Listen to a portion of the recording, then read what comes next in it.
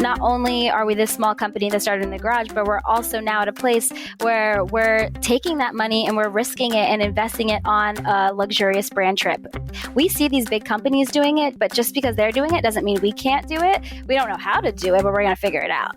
Hey, my name is Jenna Kutcher, and I am obsessed with all things business, marketing, numbers, and helping you to navigate both the messy and the magical seasons of this thing called life. I'm a small town mama who took a $300 camera, grew a successful photo biz, and now I work from home and run a 7-figure online business. I teach you the tried and true secrets to building a career you adore. Shy away from the real talk? No way. Money, hardship, growth, loss, and marketing are all topics we discuss here. Think of this as your one-stop shop for happy hour with a gal pal mixed with business school. Pull up a seat, make sure you're cozy, and get ready to be challenged and encouraged while you learn. This is the Goal Digger Podcast. What if you are just one post away from skyrocketing your sales and achieving your wildest dreams? I know you're probably like, well, a girl can dream, but that is exactly what happened to my guest today. After she spent years taking the padding out of her sports bras and placing it into her tanks and bodysuits, she finally decided to design her first product. Before she knew it, her first brami, bra and cami design went viral on TikTok in 2020 and showed her what's possible for her small business. That's right. Today, I am chatting with an innovative fashion designer who has gained a reputation for her stylish brami tops. However, she's not just a designer. She's also a very savvy entrepreneur who understands the power of social media in building a successful business. Now, she still uses platforms like Instagram and TikTok to share styling inspiration and behind the scenes of her journey as an entrepreneur, and of course, to market her growing fashion brand. In fact, you may have seen her business, Classy Network, featured in BuzzFeed, InStyle magazine, and more. And her success all started with her viral TikTok just 3 years ago. Today, she's going to share with us how to use social media to sell inventory, what it's really like working with family, how she knew it when it was time to level up, and so much more. And I am positive that you do not need to be in the fashion industry to learn from her advice. So without further ado, get ready to be inspired, educated, and empowered to use the power of social media to grow your business. Natalie, welcome to the show. If you love Goal Digger, then you'll love the Side Hustle Pro podcast hosted by Nikayla Matthews-Okome, brought to you by the HubSpot Podcast Network, the audio destination for business professionals. Side Hustle Pro showcases diverse entrepreneurs who have scaled from a humble side hustle to a full-blown profitable business. Every week, you'll learn actionable strategies to start small and get going wherever and whoever you are. In Nikayla's recent episode titled How to Make Content for Your Business in Less Than 1 Hour a Week, I learned so much about how to optimize recording sessions to get content done quicker, as well as new content creation tech and tools. You have to tune in. Listen to Side Hustle Pro wherever you get your podcasts. All right, Natalie. So I am so excited to have you on the show. I'm so excited for this conversation. So welcome to the Goal Digger Podcast. Thank you so much for having me. I'm super excited. As I mentioned before, we were just chatting, definitely big fan of Jenna Kutcher. And you just have created such a great space for entrepreneurs in the online space and marketing. And I'm just excited to be here. So thank you for having me. Oh my gosh, of course. Okay, so I need to know about how everything began. And we're going to explain what everything means. But you went from dreaming about something that's maybe a little interesting, like stylish, braless clothing. Yes. And you went from taking it as this dream and making it into a reality, which, by the way, for everyone working at home, not even working at home, but braless, let's talk about this. Talk to me about how this came to be. Yes. So this has always been like my dream wardrobe. And I just remember even growing up in high school, I used to take the cute bodysuits that had the low backs, and I would take padding from like my swimsuit and I would just put it in front of my boobs because I did not want to wear a bra, because obviously you can't when you have like a backless moment. And for me, like I definitely need coverage. I need to feel like I have that support in the front. So I always used to take padding and I would just stick it in front of my bras and kind of just like push it up against my chest and hope that it wouldn't slip out or fall. Like that was me all throughout like high school going into adulthood. And one day, well, me and my husband wanted to start an e-commerce like product-based company, and we were talking about getting into the space. And for me, what was on my heart always has been fashion. I love fashion. I was that girl who would try to dress cute at school and like pick out the cute fun outfits and just come to school looking cute. Like I loved that. And so fashion was something that I always loved. And so I knew I wanted to go in that direction. But for me, if I'm going to create a brand and I'm going to stand out in the industry, I have to ask myself, like, how am I going to do things differently? How am I going to market myself, especially when I have no followers and people don't, know who I am. So immediately I was like, oh my gosh, it would be such a dream for me if I could create this product where I don't have to wear a bra, but it's cute. It's not for working out because all the bra tops out there are like athletic tops and they have like those built-in shelf bras. But for me, it was more about just being comfortable, but also stylish. And I didn't see anyone at the time doing that well in the market where that's what they specialize in. So that was for me, like I got this intuitive gut feeling where I was like, that would be amazing. And at the time, my husband actually didn't see it because, I mean, he's a guy. He doesn't understand like the pain point of bras, but he was very supportive and he was like, well, let's just, do just one round, try it out, kind of do it for yourself. And I did that. And then everything changed when I tried posting on TikTok for the first time. And I actually like shared this product idea. And then one of my videos went viral and my whole life literally changed. Talk to me about this. So first off, I love husbands are like, wait, what? I actually was just messaging a bra company the other day and I was like, does anyone actually make bras that work for people who have had children? Because my boobs are not where they used to be. And we were just like laughing because I'm like, it is a pain point. Like it is a legitimate pain point. And I feel like my body has changed so much in the last few years that like shopping for bras feels slightly traumatic. I think we've all had experiences that are very uncomfortable. So talk to me about how you had this idea and did you start sharing about it before it was a real product? Like walk me through that because I feel like nowadays people want to wait until they have the big reveal. Yeah. And I think sometimes there's missed opportunities in that. Yeah, definitely. I think in the very beginning, I was that way. I was very much like, I'm not going to share it until it's here. Of course, I talked about it with my friends and my family because I wanted to make sure, like, is this a good idea? And, it's my mom is like, she literally is like me. Like we are like twins, but she's a little, obviously she's older, but she was very supportive. She was like, this is amazing. Like you have to do this. So I didn't really share the process in the beginning. Looking back now, I wish I did. And I feel like a lot of people see that like once they've gone to where they are, they're like, I wish I documented more. I wish I would let people in on that process more. But I didn't really do that in the beginning.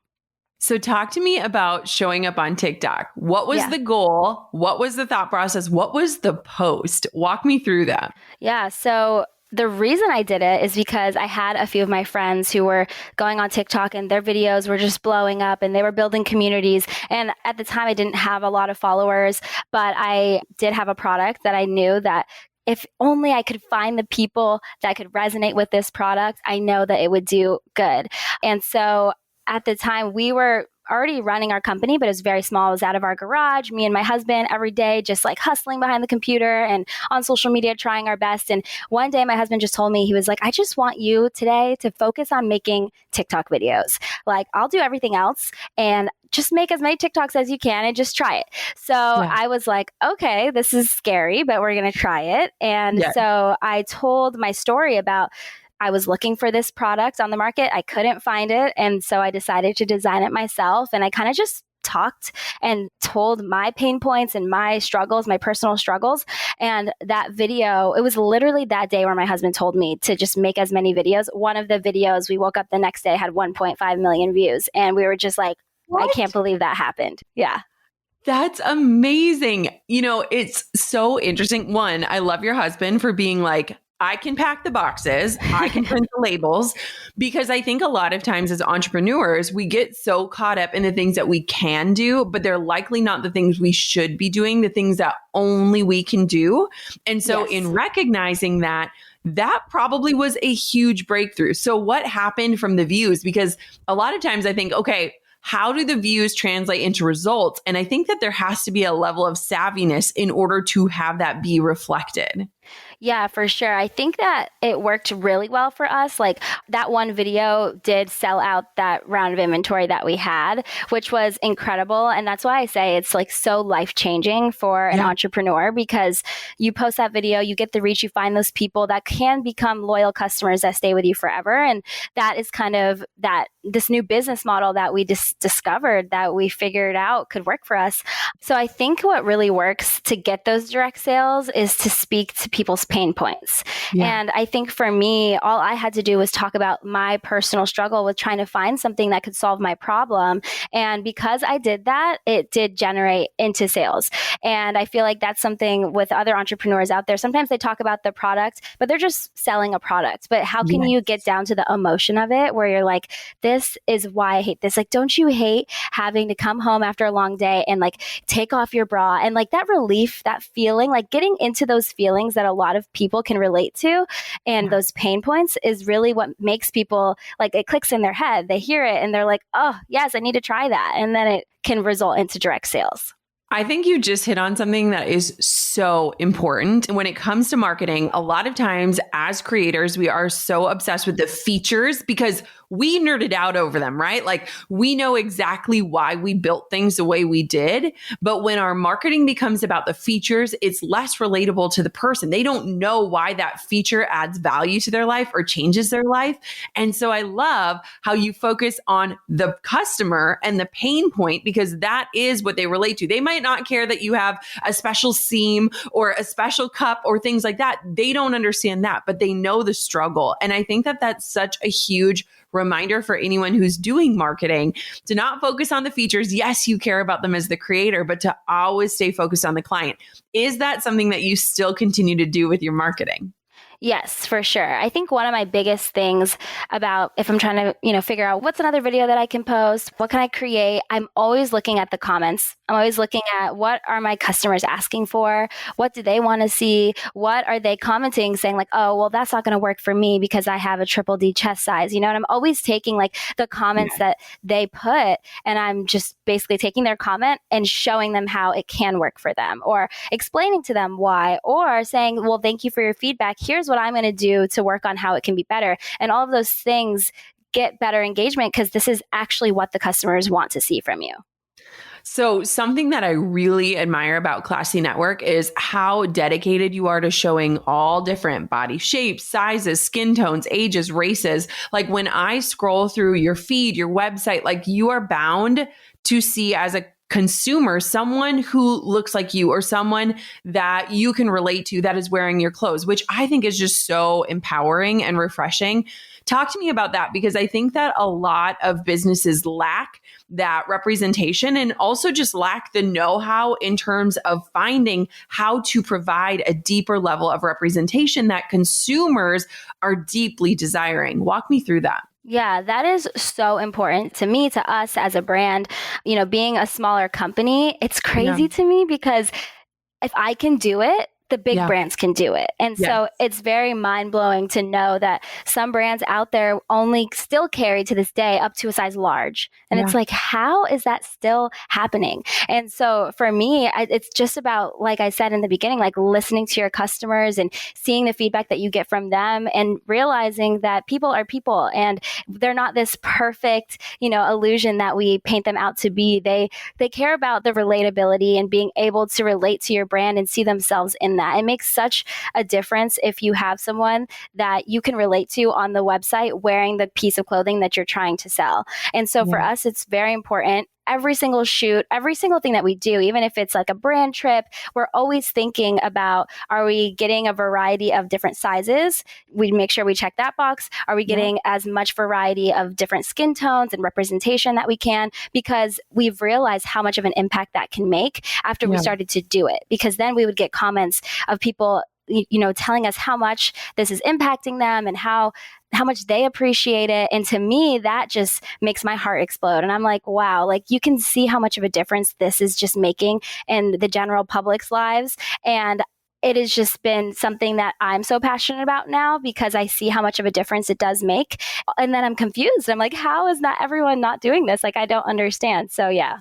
There was just an article published about a large company, and I don't even want to say the name because I'm not 100% that I'm correct on it, but it was a very large, well-known clothing company that was using AI to generate more diversity in their models instead of actually hiring real people with real bodies.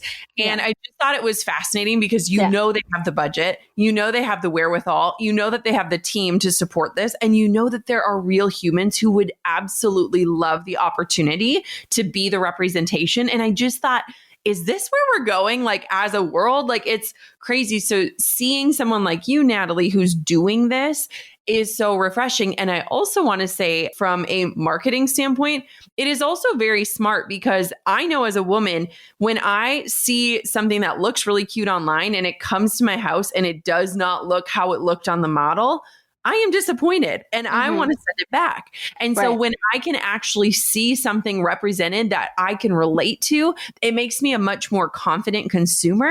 And that confidence likely ends in delight, right? Like, oh, Right. that's exactly what I thought I was going to get. And so I love that you're focused on that. Yeah, and every aspect of it too. Like one of my Yeah. favorite things to do is to just get someone who's maybe never tried our products before and just have them try it on. I love watching different body types trying on our bramis and us trying to get that perfect fit because what's different about us as well is we can kind of customize the fit. So say you have a small frame, but you have like a triple D chest, we can take a small brami top and we can put in a 3XL pad insert so you get full coverage, but you're still like supported and you look really good. And I just love seeing people feel confident in the clothing and comfortable because they're not wearing a bra. And so for me, every single time that will be my favorite thing. So I just love taking just a regular person. And that's what we do a lot in our content as well. Like any of the girls on the team at work will make content with them. We'll be like, oh, today we need someone who's a medium here. We're going to do some content together. And we just do it because that to me is what people really want to see is just real people wearing these clothing and how are you solving problems? How are you making an impact and how and why do these people feel confident wearing it? Yes. Okay. So let's talk about the evolution of your team. So you work with your family, right? You've mentioned your husband. Your mom is your lead fashion designer. And I'm pretty sure, is it your sister and sister-in-law also help out with you too? Yes. Yeah. Okay. So let's talk about this topic of working with family, because I think that at the beginning, especially, a lot of times you need support. And a lot of times that support comes in hands that are ready to help. Walk me through what that's been like for you and how that has maybe evolved over time or stayed the same. Yeah. So in the very beginning, we had our family helping us. Like, we're just so lucky that we have the best family that is super supportive. And I think the first person that started working with us like full time is my dad. He actually ended up retiring from his job early and coming to literally drive to my house 45 minutes from his house every single day to my garage to help me pack orders. Just, early retirement, wanted to help out, wanted to support. And now he is our full-time logistics and warehouse manager, and like he loves it. He's like living out his end of his retirement, just like helping us out and just working so hard, and we're able to do that now. And like for me, this is why we do it. My dream always has been to take my parents out of their jobs, that they complain about their whole life, and just allow them to be able to help me and build this dream and all of us to be able to do it together. That's why we do it. We dreamed about it. And the fact that we can actually do it now is just a dream come true. It's mind blowing. So we have my dad there, and my mom actually, we actually just shifted my mom's role. She's now our sourcing and our vendor manager. So she really deals with the production side of it. Like, she takes the designs and she makes sure everything is communicated clearly, that there's no issues through production. And we actually did hire someone who actually went to school for fashion design and hired her. Yes. But my mom and I were doing that in the very beginning. And it's cool now to see the evolution of it and see where does this make sense and how can we shift and get someone who's even more of an expert than us in this field to give more value to the brand. So my mom's still there though. She's killing it. We're working together every single day. And we also have my husband's mom. So my mother-in-law, she's our operations manager because she has experience with being a teacher her whole life and HR. So we're just family everywhere. Yes. How has that been? Have you had to create different boundaries? Like, are you sitting around the dinner table talking about inventory? Like, what does that look like? I'm so curious. Yeah, it's definitely not easy for Yeah. sure. I feel like sometimes it's the one thing that will make me want to just stop everything and just give up because it's so hard to work with your Yeah. family. But then Yeah. at times, it's the one thing that I'm the most grateful for. And I would Yeah. never change because it's like, you know, that these people in your company care almost as much as you. Like, you cannot find other people that are going to care as much as your family does. And I think the conversation that needs to happen with family and business and mixing that is, what is going to be best for the business? Are we all okay that sometimes this might not be the best for us individually, but can we all agree that we're doing this together? So we're always going to ask ourselves, is this what's best for the business? And so we all kind of take the company and treat it like a little baby. And we're all like, okay, maybe it's not my time to be selfish right now. Is this what's going to make the most sense for the company? And is this best for the company? And that's kind of like the question that whenever there is some type of issue, we always ask that question, and we're able to figure out how do we get on the same page? And it's really easy if you think about it that way. And I feel like that's the biggest boundary you have to set. Yes. Okay. I love that. I have at different times, my sister has worked for me. My mom has worked for me. And it's been such a beautiful honor, right? To like have built something that allows for that. And then at the same point too, there have been times where it's like, okay, like I'm going to go do my own thing. And it's like, yes, that's what I wanted for you too. Like, so it's just amazing to be women who have built something that can do that. One thing I would love to kind of go into, and we'll dive a little bit deeper, we've already scratched on the surface, is just the social media strategy. So can you talk to me about some of the strategies that you utilize to help move inventory? Because I think that there are people listening to this show that maybe are sitting on inventory or they don't have a process around it. And it sounds like you have more of like a formulaic type process. Walk me through that. Yeah. So every week we go into the office. Every Monday we have our marketing meeting. So it'll be me and my husband and the marketing girls. And we ask my husband, we're like, okay, what products we have to move this week? So he kind of pulls a report and he's like, this is what we have heavy inventory of. And with that, we create a marketing strategy around it. So sometimes it'll be new products that we had just launched, or sometimes it's older products from a couple seasons ago, but we do have a lot of it and we haven't talked about it in a while. So how can we talk about it? So we do that, and we intentionally make videos around those products that we definitely need to move. So yeah. That's amazing. It's no secret that business owners are under a lot of pressure right now. We're pressured to get more leads, close deals faster, get better insights to create the best experience for customers, and so much more. So, how do we manage it all while still ensuring the best customer service? That's where HubSpot comes in. HubSpot is a customer relationship management tool that is easy to set up, intuitive to use, and customizable to the way that you do business. Drag and drop your way to attention-grabbing emails and landing pages, set up marketing automation to give every contact white glove treatment, plus AI-powered tools like Content Assistant mean less time spent on tedious manual tasks and more time for what matters most, your customers. HubSpot has all the tools you need to wow prospects, lock in deals, and improve customer service response times. Let HubSpot take the pressure off your shoulders and get started for free today at HubSpot.com. What kind of content have you been finding works for actually leading to real results? Because I think a lot of times people focus on content that will do well, quote unquote, with likes and engagement. But what kind of content actually sells product?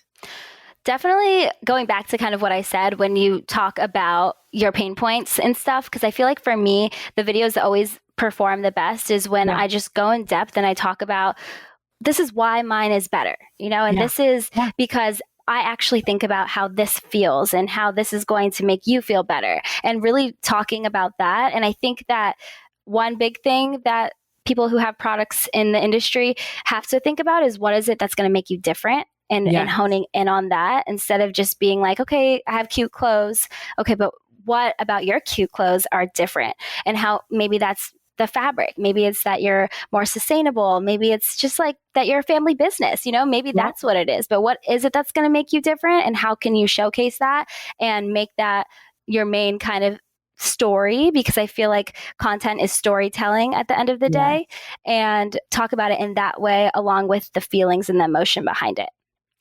One thing I'm curious, and I'm guessing it's intentional, but I could be guessing wrong, is that you are not necessarily the face of the brand in the sense of if I go to your feed, I am not constantly seeing you. Is Mhm. that intentional or did that kind of evolve as things went on? That definitely evolved, because I think in the very beginning, I was the only person making Yes. content. But as we started to evolve, I decided that I was going to kind of split and have my own personal brand, like my own personal account, where Yep. I make the content and I can talk about the brand almost any video that I post is like somehow related to the brand, but that's on my page and you can see Yeah. me on every video, or you can go onto the brand page where I'll like make appearances here and there. But I think it's so important to showcase not just me, and to showcase the different body types, different, chest types, different skin tones, different sizes, all of that, so that people don't just see me and they're like, okay, well, but does this work for me? And Yeah. sometimes people find us through my personal account and Yeah. they make those comments and they're just like, okay, but this isn't going to work for me. And then I always tag Classy Network, Yeah. and that way they can just tap it and they see all these different people wearing our products. And that's how we've kind of shifted it. Do you share a lot of user generated content? So is it people that are tagging your brand or customers? Are you leveraging that as a means of sharing content? Yes, for sure. So we try to like sprinkle that in. Yeah. I think we make a lot of content ourselves as the brand, but we do want to see how other people do it with their own creative vision and how they want to do it. So we have that where people will just tag us because we have a PR list and they get the products and they feel like they want to share it. We also do some like collaborations with influencers as well, and we'll take that content and repost it on our feed if we see fit as well. I love that. I feel like it's amazing to scroll through the feed because I feel like you see so many different products. Like even just looking, I'm like, oh, I need to buy this. I need to get this. I need to get this. And I feel like you do such a good job. What is your biggest struggle when it comes to social media in terms of being a product-based business? Yeah, I think that with the company side, it's always thinking about, okay, what's that next video that's going to do good? And how do you stay on top of that? And I think for us, it's very important to be a consumer at the same time as being a creator. And so for work, we'll have people in the marketing department like literally just go on your For You page, just start surfing, because you have to always be in the loop of what sounds are trending, what are other people doing that's getting traction right now. And that's always a really great way for you to figure out, okay, how can I take this type of strategy or this trending sound and relate it to myself and do that for me? And that can change literally every week. So if you did it once and you thought that was enough, it's not. It needs to be part of your process. So every single week we're surfing, we're figuring things out, what's good, what's hot, and then implementing it in our own content strategy. I feel like my husband sometimes will like walk down like right at the moment where I'm literally looking for a real audio. And so he sees me just like tapping and he's like, I thought you were working. I'm like, I am working. That is work.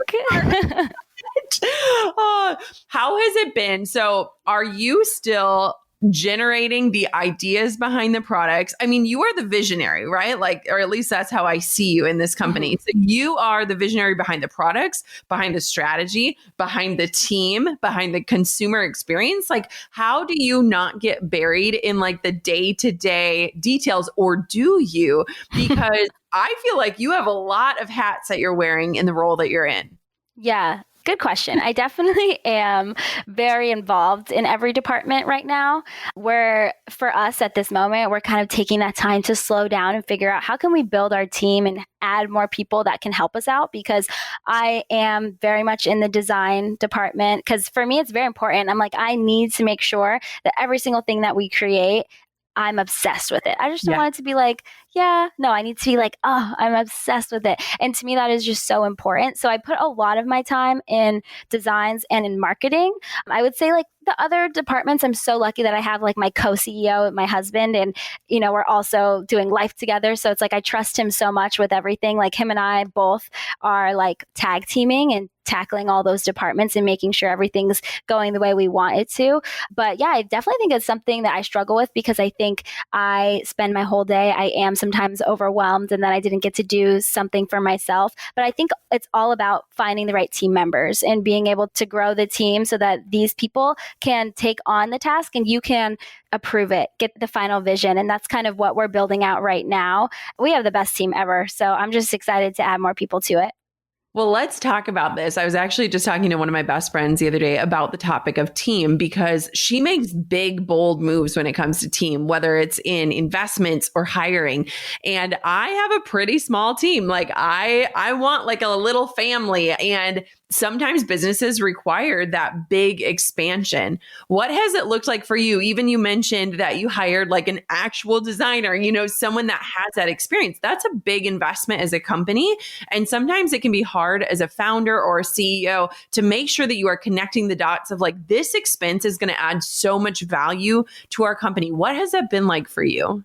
Yeah, I think for us, especially starting off as just a small business out of our garage, for us to test all these different things has been really fun because, we have a budget and we figure out what is going to work for us in this industry. And I feel like that's something as well that I think we do differently than a lot of other brands is not only are we this small company that started in the garage, but we're also now at a place where we're taking that money and we're risking it and investing it on a luxurious brand trip. And we're like, we see these big companies doing it, but just because they're doing it doesn't mean we can't do it. We don't know how to do it, but we're going to figure it out. And that's something that with us has been very important is testing these different things out to see what is it that's going to work really well for us and get that experience and then kind of take it back internally and figure out what do we need to do next. So I think for us in this stage, we've tested so many things with our small and our mighty team, and we've done so great. And now it's about taking that budget and taking a piece of it and saying, okay, we need to grow the team. And instead of doing this luxurious, amazing brand trip, let's see how much of an impact it's going to make to hire a really key person on the team, because that one person can join the team and it can multiply the production and multiply the amount of content you put out, and so much one person can do. So for us, it's just doing that and adding those key players because it can make a huge difference to a small business for the production that kind of comes out of it, the results. What was it like? Do you have like a moment that you can remember where you're like, okay, we can no longer do this in our garage. It is time to expand. Was it a tipping point? Was it a time? Was it a season? What was that moment? Because I think there are a lot of people listening who are maybe working on the couch and they're like, it is time for an office, or who are shipping out of their garage. It is time for a warehouse. Like, what was that like? For us, we were in the garage. We were every single day. It was me, my dad, and my sister. So it was like very family business, but we were looking to hire another person because we were having so many orders. And we're like, I just don't feel that comfortable hiring someone to come pack orders in my garage. Like it's not giving official. It's very like small business. And I think that we're so grateful for that. And that was such a piece of our journey and has taught us like that we can do anything. But at that moment when we were ready to hire some more help, we were like, we really need to get out of here. And at that point in time, we were not in like the best place financially either. And we were like, we need to find a partner to kind of invest in the company to get us out of the garage. And that's exactly what we did. And we found someone. What did that look like? What did that process look like? So I'm super fortunate to have literally the perfect person in my head. Like as soon as I thought about this, I have a friend who I not grew up with, but met later after college, and we worked together and we became close friends. And her husband always said that they wanted to invest in companies that they believed in. And I was like, you know what? They've said that before. Yes. So I reached out to them and they were very excited about seeing how far we've taken what we started out of our garage. And so they invested in the company and we got an office space at that time. And that was like in the middle of the pandemic, actually. So God. it's like we had moved into that, and then this pandemic happens, and it's like very hard to hire people and bring them in.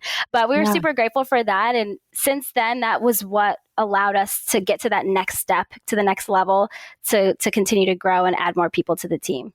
I mean, I feel like the pandemic really helped like braless life come Yes. into reality in some ways of like, wow, there is a much more comfortable way to move through life. While the pandemic was undeniably a huge experience and a very different experience for many people, what were some of the benefits that came from it during that season where you were really evolving as a company? Yeah, I was so nervous. I mean, I'm sure everybody, we were all so unsure of what was going to happen.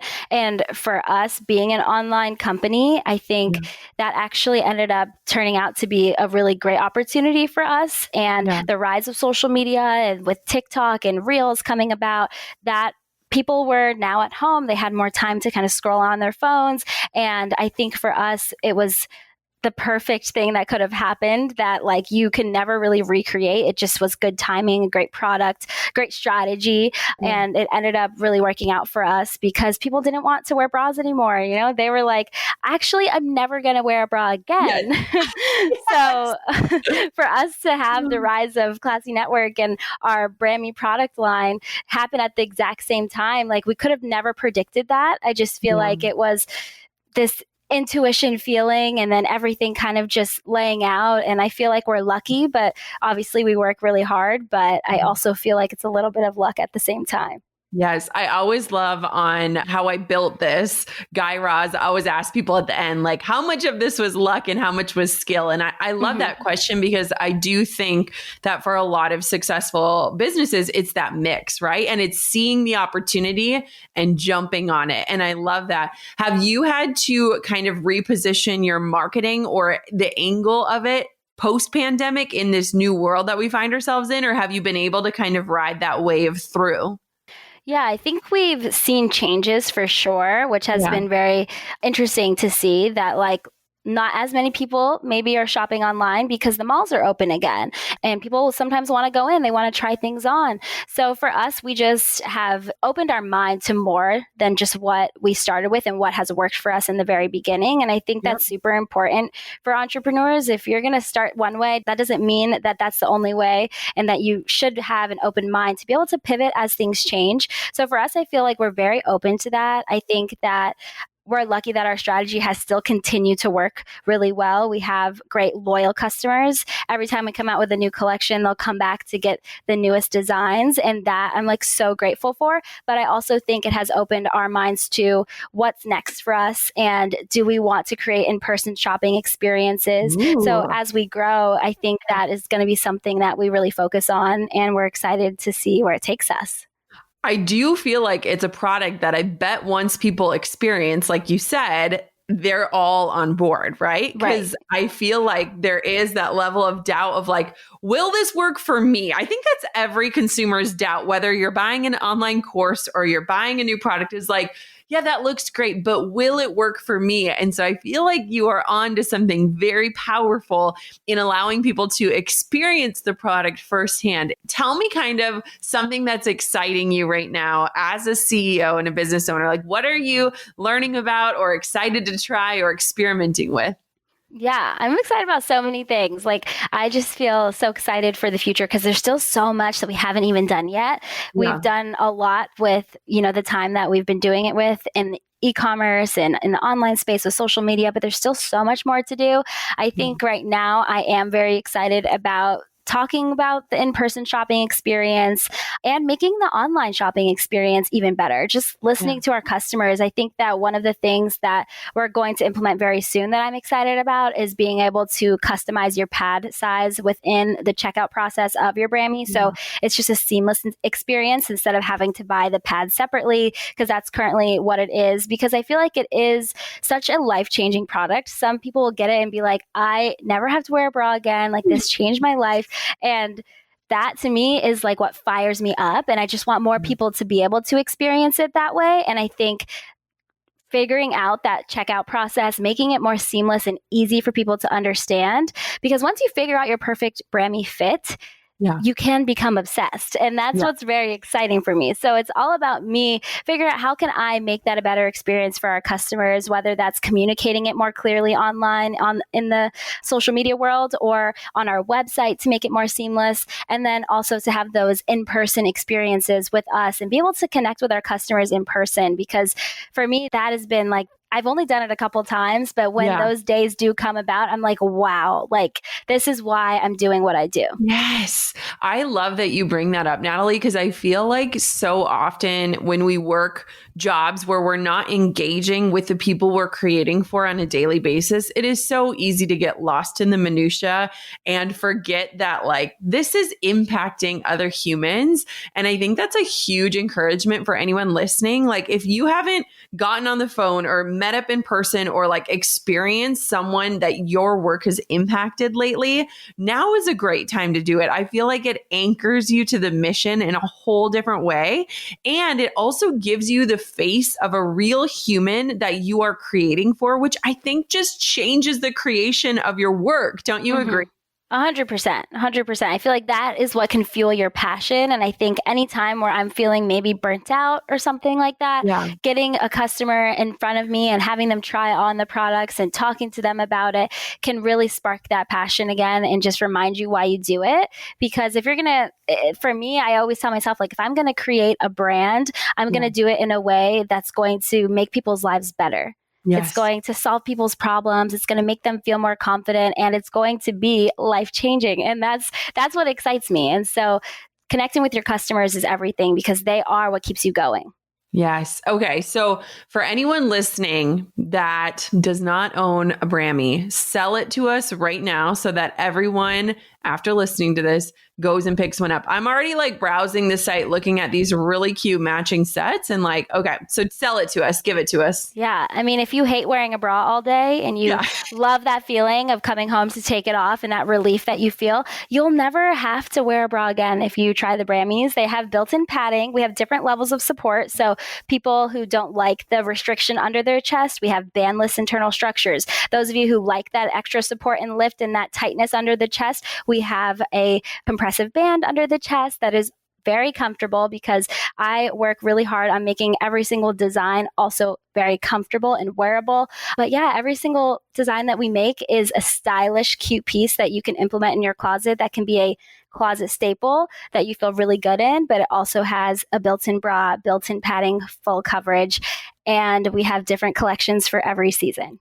I love it. You know what? I was telling someone the other day, I was like, every time I get a headache, the first thing I do is take my bra off. Like, I just assume it's an ill-fitting bra, and that's probably why I have a headache. So it could be it. It could be it. Oh my gosh, Natalie, where can everybody find out more about you as the founder, as well as Classy Network? Give me all of the places we can connect and shop.